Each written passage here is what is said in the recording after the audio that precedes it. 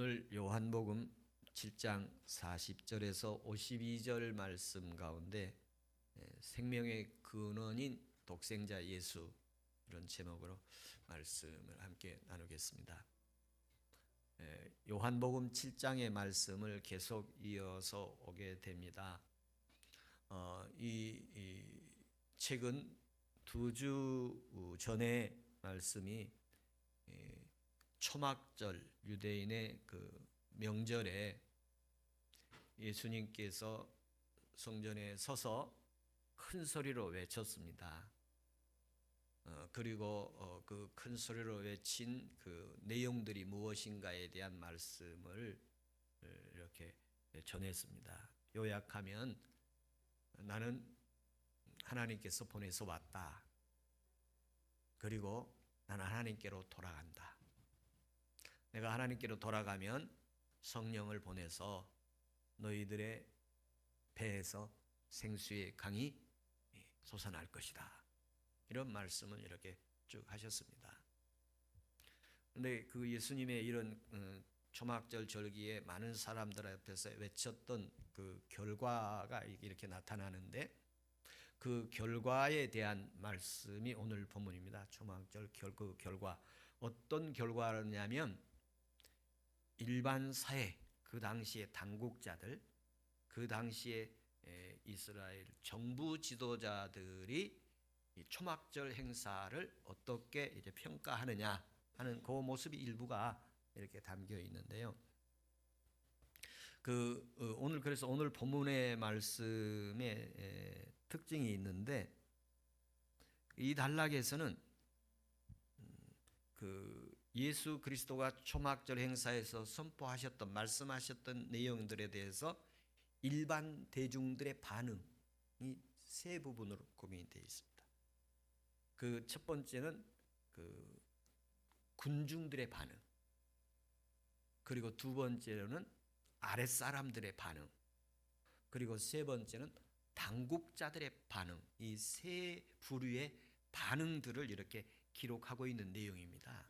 근데 이 기록한 내용들이 예수님이 직접 하신 말씀도 아니고, 또 제자들이 거기에 나온 것도 아닙니다. 사도들이 거기에 나온 것도 아니고, 그 당시에 민중들과 그리고 당국자들, 그 당국자들이 소위 말했던 그 부하들, 그 사람들의 이야기이기 때문에 예수님의 말씀이라든지 또는 사도들의 어떤 이야기가 전혀 나오지 않아서, 이 본문을 토대로 그 이면에 있는 예수 그리스도의 말씀을 이렇게 찾아와야 하는 그런 그 내용이 오늘 우리가 해야 할 과제입니다. 그러니까 이 사람들의 얘기만 듣고서 우리가 예수님을 어떻게 믿고 하나님의 뜻이 무엇이고 발견하기가 쉽지 않습니다. 그래서 이 사람들의 얘기를 듣고 그 이면에 있는 예수 그리스도의 말씀을 이렇게 다시 찾아와야 하는데요.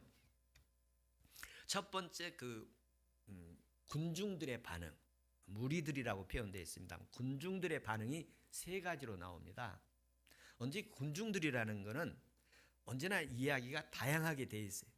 어떤 사람은 찬성하고, 어떤 사람은 반대하고, 어떤 사람은 중립이고, 이게 군중들의 대부분의 그 구성 요소인데, 오늘 어떤 반응으로 세 가지가 나오냐면, 첫 번째, 오늘 본문에서 보면 어떤 사람은 선지자라 하더라. 오늘 본문에 그런 표현이 있어요. 선지자라 하더라. 어떤 사람은 선지자라고, 예수님을 이렇게 보니까 와, 남다른 사람이에요. 지금까지 보지 못했던 이야기들을 하는 거예요. 이 사람은 선지자다, 이런 반응을 보입니다. 그런데 이스라엘 백성들에게 어떤 이렇게 이스라엘 유대인들에게 어떤 내려오는 것이 있는데, 신명기 18장 15절에 보면 모세에게 율법을 줄 때에 너와 같은 선지자 하나를 보낼 테니 너희는 그의 말을 잘 듣고 순종하여라. 신명기 18장 15절 그런 말씀이 있습니다. 그래서 그 선지자 아닌가? 이렇게 기대를 하는 사람들이 늘 있었어요. 누가 특별한 어떤 역사를 이루고 특출한 사람이 나오면 혹시 그 선지자 아닌가? 우리 민족을 구원할 선지자가 아닌가 그런 기대가 있어서 선지자라고 이렇게 표현하는 사람들이 아무 사람이 있었습니다. 그러니까 초막절 끝나고 나서 예수님에 대한 평가예요. 그리고 두 번째는 그 다음에 말씀해 보면 어떤 게냐면 그리스도라는 반응이 나옵니다. 그리스도. 이 그리스도라는 말이 나오는데 이 본문에서 그리스도라는 표현은 아주 정답을 말씀했어요. 예수가 그리스도다. 그런데 왜 그리스도인지 또는 어째서 그리스도인지 어떻게 그리스도인지 표현은 없어서 왜 그런지는 우리가 알 수는 없지만 답은 맞췄어요.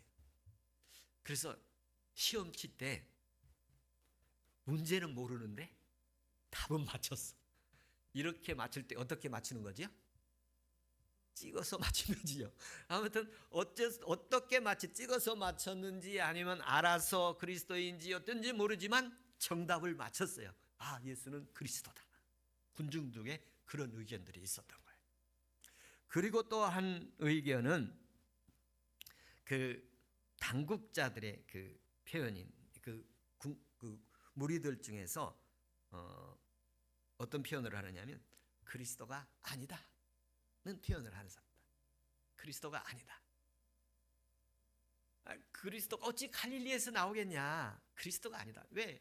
당시에 예수는 갈릴리 나사렛 사람으로 이렇게 알고 있어요.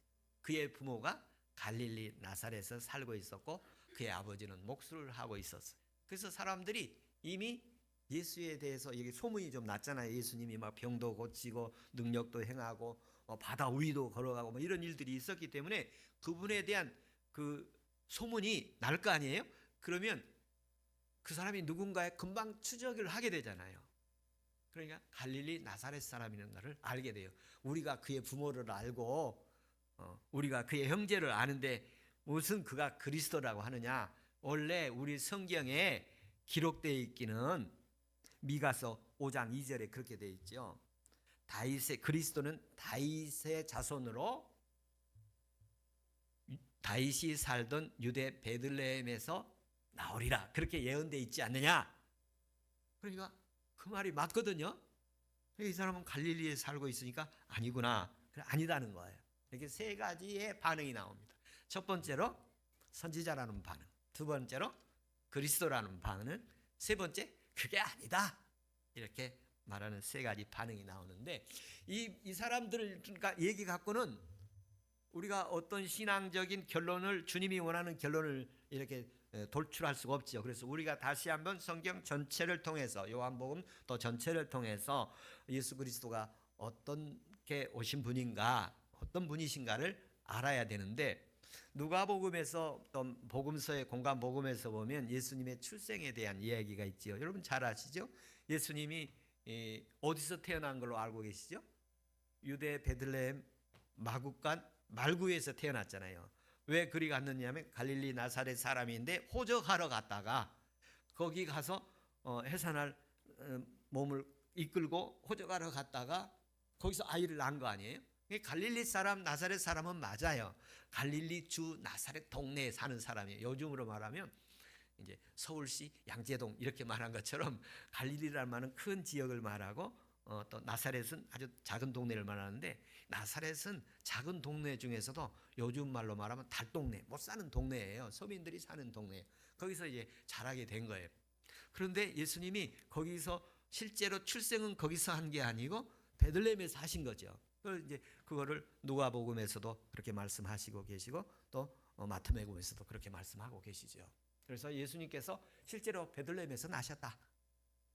그런데 예수님께서 베들레헴에서 나시는데 어떻게 해서 나시게 되느냐 하면 요한복음에서는 말씀이 육신이 되어 오셨다고 표현을 하셨고 누가복음에서는 성령이 마리아에게 천사 가브리엘이 말하지요. 네가 아들을 낳을 것이다. 성령으로 인해서 아들을 낳을 것이다. 그래서 이름을 예수라 하라. 그렇게 표현을 하시죠. 요셉에게도 주의 사자가 나타나서 내 아내 될 사람을 데리고 와라. 그리고 이제 가정을 이루게 하고 그리고 이제 그런 성령으로 잉태된 것이 아들을 낳을 것이니 이름을 예수라 하라. 두 사람 다 요셉에게나 마리아에게 성령으로 잉태되어 아들을 낳을 것이고 이름을 예수라고 불러라. 그렇게 두 사람에게 다 알려주십니다. 그래서 그 예수라는 뜻은 어떤 뜻이냐면 마태복음 1장 21절에 보면 자기 백성을 저희 죄에서 구원할 자라는 뜻입니다. 예수님이 어떤 분이신가에 대해서 알려주시는데 그분은 성령으로 이 땅에 오신 분이시고 그리고 성령으로 인해서 출생하신 분이고 그리고 그분은 죄와 사망에 있는 영혼들을 구원할 자로 오신 분이시다. 이렇게 증언하시고 계십니다. 그러니까 사람들이 그 당시에 초막절을 지내고 그 이스라엘 시민들은 야, 그분이 어떤 분인가? 초막절 한 주간의 행사가 지나고 나고 이제 조용해졌지 않겠어요? 그분이 어떤 것인가? 하고 이제 정리들을 하는데 어떤 사람은 그리스도라고 어떤 사람은 선지자라고 어떤 사람은 아니다. 이렇게 얘기하는 가운데 오늘 우리는 예수 그리스도를 어떻게 생각하는가? 그분은 나에게 어떤 분이신가? 어떤 사람들은 그분은 한 사람의 성인이다. 뭐 그렇게 학교에서 가르치지 않습니까? 4대 성인. 누구 있지 않습니까? 그리고 어떤 사람은 그 사람이 기독교의 교주다. 뭐 그렇게 얘기하는 사람들. 어떤 사람은 이분은 나의 구원자요, 나의 주님이시요. 그분은 인류를 구원하러 오신 분이고 인류의 구원을 위해서 십자가에 죽으신 분이시다. 그렇게 구원자로 이렇게 받아들이는 분도 계시고. 그래서 오늘 예수 그리스도는 성령으로 출세되었고 이사야서 7장 14절에 보면 어떤 예언이 있느냐 하면 징조가 나타날 건데 처녀가 잉태하여 아들을 낳을 것이라. 이렇게 이사야서에 예언되어 있는 말씀이에요. 그래서 그 말씀들의 예언에 따라서 예고된 말씀을 따라서 예수 그리스도가 마리아를 통해서 처녀를 통해서 하나님의 구원자로 이 땅에 오시게 되어집니다. 그분은 자기 백성을 죄에서 구원할 자이시고 그리고 그분은 성령으로 오셔서 하나님의 아들이로서 이렇게 오시는 분이시다. 이걸 증언하고 계십니다. 그래서 오늘 우리에게도 예수 그리스도가 내게 어떤 분이신가? 어떤 때는 이런 분이고 어떤 분은 저런 분이고 아직 확실하지 않는 군중들 가운데 아직 그분 예수님이 하나님의 아들이고 구원자로 오셨다고 이렇게 알고는 있지만 믿지 않는 사람들, 이런 해답은 맞췄는데 아직 믿어지지 않는 사람, 이런 영혼들을 다시 한번 살펴보면서 여기서 나는 누구인가를 생각해보고 나는 어디서 왔는가, 예수 그리스도는 어떤 분인가 할 때 나는 누구인가 할 때 제가 두 가지로 표현을 했죠. 하나는 부모님으로부터 육신으로 온 내 존재가 있고 하나님께로부터 온 나의 존재가 있다. 하나님께서 나를 택하시고 부르셔서 하나님의 자녀로 삼으셨고 내가 이제 이 세상을 끝나면 이제 아주 끝나는 게 아니라 영원한 하나님의 나라에 들어가고 하나님 나라에서 살 하나님의 자녀로 나를 하나님이 부르시고 구원하셨다. 이렇게 생각할 수가 있습니다. 이렇게 믿어지는 은혜가 있기를 축복합니다. 이제 두 번째 말씀은 아랫사람들의 반응이에요.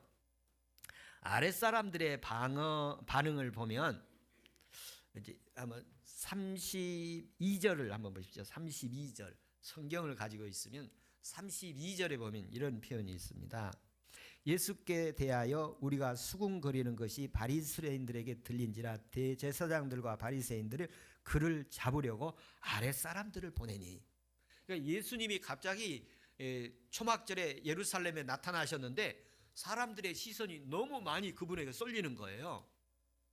그래서 이 사람들이 정치적 그 지도자들이 이제 긴장을 하게 되고 조사를 하게 되고 그리고 예수 붙잡아라고 아랫사람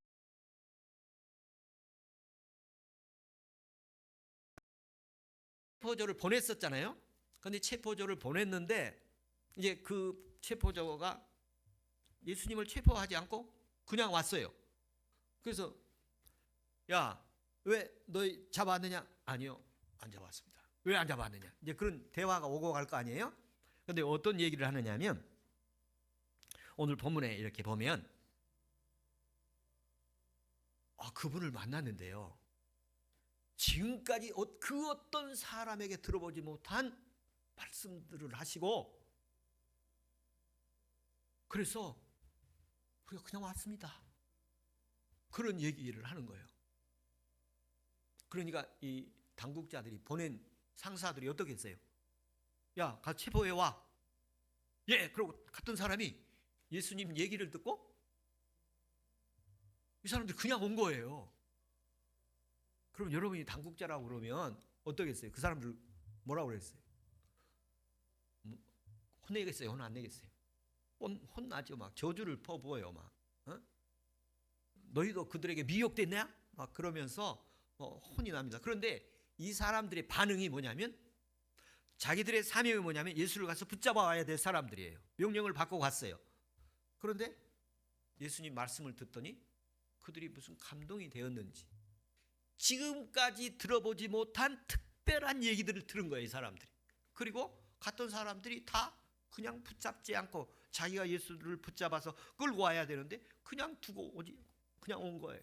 이게 아랫사람들의 반응인데 이 반응들 가운데 특별하게 거기서 복음적으로 신앙적으로 이런 말을 한 건 없어요. 그러나 한 가지 큰 틀에서 보면 지금까지 한 번도 들어보지 못한 특별한 얘기들을 하셔서 그 말씀에 감동이 돼서 그냥 온 거예요.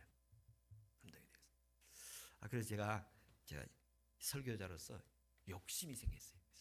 무슨 욕심이 생겼느냐면 하나님 오늘 주일 설교하게 될 텐데 지금까지 한 번도 들어보지 못한 특별한 말씀이 예배자 한 사람에게 좀 들리게 해주십시오. 그랬으면 좋겠습니다. 제가 그런 생각을 하게 됐습니다. 그런 은혜가 오늘 예배자들 모두에게 있기를 바랍니다. 지금까지 한 번도 듣지 못한 특별한 말씀에 감동을 받아가지고 예수를 잡아서 예수를 죽이려고 하는 사람들, 죽이려고 예수를 잡아오라는 거 아니에요? 그런 사람들의 얘기를 듣고 임무를 수행하러 갔는데 그 임무는 다 내려놓고 감동이 돼가지고 그냥 온 거예요.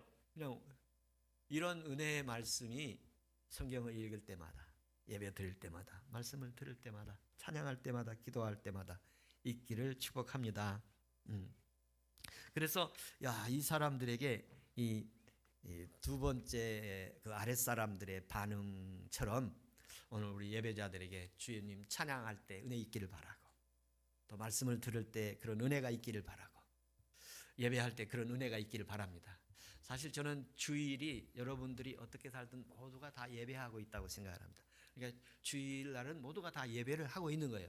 그러니까 집에서 이제 우리가 예배 시간 시작 그리고 끝 이렇게 있지 않습니까? 이것만이 예배가 아니라 교회에 올 때도 이미 예배가 시작된 거예요. 또 끝나고 가실 때도 예배가 진행되고 있는 거예요. 그런데 그 핵심은 예배 시간이에요. 예배 시간. 그러면서 그 말씀들 중에 이 아랫사람들이 받았던 그 은혜의 말씀처럼 지금까지 한 번도 듣지 못한 그런 말씀들이 들려지는데 저는 그 들려진 말씀 가운데 한 번도 듣지 못한 가장 큰 말씀들이 뭘까 할 때 예수는 그리스도시다. 나의 생명은 근원은 나의 생명의 근원은 예수 그리스도가 있다. 예수 그리스도께서 나를 죄와 사망에서 살려주신 분이다. 예수님께서 이 어두운 세상 악의 세상에서 나를 구원하신 분이다. 마귀의 자녀에서 하나님의 자녀로 나를 만들어 주신 분이다. 예수님께서 나를 지옥에서 건져 주신 분이다. 이런 하나님의 음성이 내게 들려지는 역사가 있기를 축복합니다. 세 번째 반응은 이 당국자들의 반응이에요. 이제 이 47절부터 52절까지 당국자들의 반응인데요. 여러분 예수를 잡아오라고 보냈는데 예수는 안 잡아오고 그 사람 얘기 들었는데 놀라운 얘기를 하셨어요. 이러고 오면 여러분 화 나겠어요? 안 나겠어요? 화가 엄청 났어요. 화가 엄청 나가지고 막 저주를 퍼붓고 49절에 보면 이 무리는 저주를 받는 자라 막 그런 표현을 해요. 막 저주를 막 하는 이런 그러니까 얼마나 지금 그냥 열 받아 있는 거죠. 그런 그 내용이 이렇게 나와요. 당국자들의 반응이 아주 열받고 막 화나서 막 저주하고 그래서 그 말을 들은 니고데모가 여기 딱 유일하게 등장해요. 니고데모라는 사람은 요한복음에만 나와요. 요한복음 3장 전체가 니고데모 때문에 기록된 거예요. 밤중에 찾아와가지고 예수님하고 얘기를 하는 장면이죠. 거듭나라고 그랬더니 그걸 이해를 잘 못했던 사람이 나중에 성령으로 거듭난 것을 깨닫게 되죠. 그리고 거듭나야 하나님의 나라를 볼 수 있다는 얘기도 듣게 되어서 이 니고데모가 요한복음에 3번 나오는데 3장에 나오고 오늘 7장에 나오고 그리고 예수님 장례식 때 장례를 이렇게 하는 수습을 해서 장례식을 진행하는 사람으로 이렇게 나옵니다. 요한복음에 나오고 세 번 나오고 오늘 본문에 유일하게 예수 그리스도와 함께한 사람 중에 한 사람 나온 게 니고데모라는 사람이 잠깐 나오는데 뭐라고 하느냐면 이 당국자들이 들어보지도 않고 막 저주를 퍼부으니까 야, 얘기 좀 저 사람들의 얘기를 좀 자세히 듣고 나서 무슨 얘기를 좀 하시죠. 그런 얘기를 해요. 51절에 보면 우리 율법은 사람들의 말을 듣고 그가 행한 것을 알기 전에는 심판하느냐. 그러니까 뭔 얘기를 듣고 무슨 판단을 해야지 얘기 듣지도 않고 판단을 하느냐. 이런 얘기를 하니까 니고데모가 또 이 당국자들로부터 그냥 엄청 비난을 받습니다. 이 내용이 이제 세 번째 당국자들의 반응성에서 나오는데 이 당국자들의 반응보다는 이 당국자들 반응 가운데 니고데모가 유일하게 그래도 예수를 아랫사람들과 막 아랫사람들이 당국자들한테 막 저주를 퍼붓고 고통을 당하니까 그들을 좀 옹호하는 듯한 발언을 해요. 그들을 옹호하는 듯 발언을 하니까 당국자들이 이 니고데모도 그냥 싸잡아서 막 비난을 하는 장면이거든요. 그래서 이 니고데모의 장면을 좀 살펴 입장을 좀 생각해 보면 이 당국자들의 반응 가운데 니고데모가 거기서 끼어들면 이거 보기에 당국자들이 잘못됐거든요. 그리고 아랫사람들의 말이 맞아요. 거기에 끼어들면 여러분 니고데모가 손해보겠어요? 이익보겠어요? 분명하게 손해볼 것이 뻔하잖아요. 함께 매도당해서 무슨 일을 당할지 모르죠. 이 사람들은 예수를 죽이려고 하고 있는데 너도 갈릴리 사람이냐? 막 그렇게 막 싸잡아 막 비난을 하잖아요. 그런데 니고데모가 예수님을 만난 사람이잖아요. 믿음의 사람이에요. 그런데 그 현장을 보고 외면할 수 없어서 말한 거예요. 이건 오늘 우리 그리스도인들에게 많은 것을 시사하고 있는 우리들의 과제예요. 우리들의 삶의 과제 속에서 내가 이 현장에 끼어들면 손해가 돼. 그리스도를 옹호하고 그리고 믿음의 그리스도를 향해서 긍정적인 말을 하는 사람들의 편에 서게 되면 불이익을 당해. 그럴 때 어떻게 할 것인가? 우리의 과제로 남겨둔 얘기예요. 여러분 그 말은 또 무슨 말이에요? 우리가 믿음으로 살 것인가 세속적으로 살 것인가 할 때 우리가 어떻게 살아야 되는 것인가를 우리에게 선택하도록 보여준 말씀이에요. 하나님께서 은혜 주셔서 저와 여러분의 삶의 현장에서 이런 상황들이 나타날 때 니고데모처럼 주님의 편에 설 수 있기를 축복합니다. 오늘 말씀 정리하겠습니다. 크게 세 가지 부류의 말씀이었습니다. 첫 번째는 예수님이 어떤 분이신가에 대한 얘기로 어떤 사람은 선지자다, 어떤 사람은 그리스도다, 어떤 사람은 아니다 이렇게 얘기를 하고 있습니다. 여러분은 예수 그리스도가 내게 어떤 분이십니까? 를 묻고 있습니다. 예수는 그리스도여 살아계신 하나님의 아들이십니다. 그리고 나를 죄와 사망에서 구원하러 오신 분이십니다. 그리고 나의 주님이시고 나의 왕이시고 나의 전부이십니다. 제가 어제 BTS 광화문 공연을 봤어요. 가서 보려다가 티켓이 없어서 이제 넷플릭스로 봤습니다. 넷플릭스로 제가 봤는데 그 광화문이 이제 왕의 대로잖아요. 왕이 거기 다녔던 길이잖아요. 그래서 이제 그 BTS를 왕으로 표현을 하더군요. 왕이 왕의 길에 왔다. 그래서 나는 그렇게 생각하지 않는데 그런 생각 속으로 하면서 그래서 제 마음에 성경에도 왕의 대로가 나오거든요. 왕의 대로가 회복되면 그리스도가 오실 것이다. 그래서 시리아, 이라크 이렇게 터키 쪽으로 왕의 대로가 있거든요. 그 길이 회복되어지면 복음이 그게 회복되면 왕의 대로 올 것이다. 그런데 제 개인적으로는 광화문이 왕의 도로라면 내 마음에 왕의 대로가 있어야겠다. 내 마음에 왕의 대로가 있는데 그 왕은 나일까 예수 그리스도일까? 내 마음의 중심을 걸어 다니시는 분은 예수 그리스도이시다는 고백을 하고 싶습니다. 두 번째 반응이 그 아랫사람들의 반응이잖아요. 아랫사람들의 반응이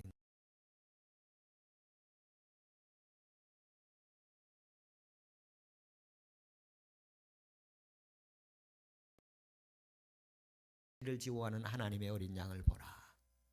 이사야 예언도 있었고 침례 요한도 그렇게 말씀하시고 예수님이 이 땅에 오셔서 십자가에서 죽으시고 부활하시고 성령으로 다시 오셔서 우리로 하여금 우리의 삶의 궁극적 종말이 이 세상뿐만 아니라 영원한 하나님의 나라가 있다는 것을 믿고 이 땅을 살아가게 하시는, 한 번도 들어보지 못한 이 말씀, 세상에 없는 말씀을 우리에게 들려주신 말씀이 되어서 나의 결말도 이 땅의 마지막에 섰을 때 천국의 환히 보이는 은혜가 있기를 바랍니다.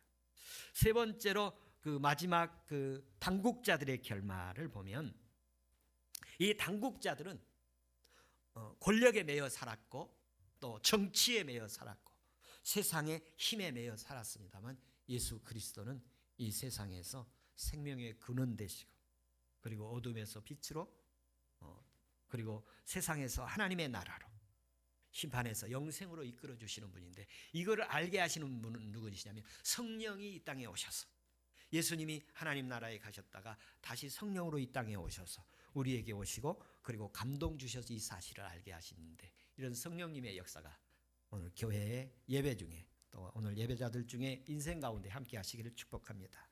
기도하겠습니다.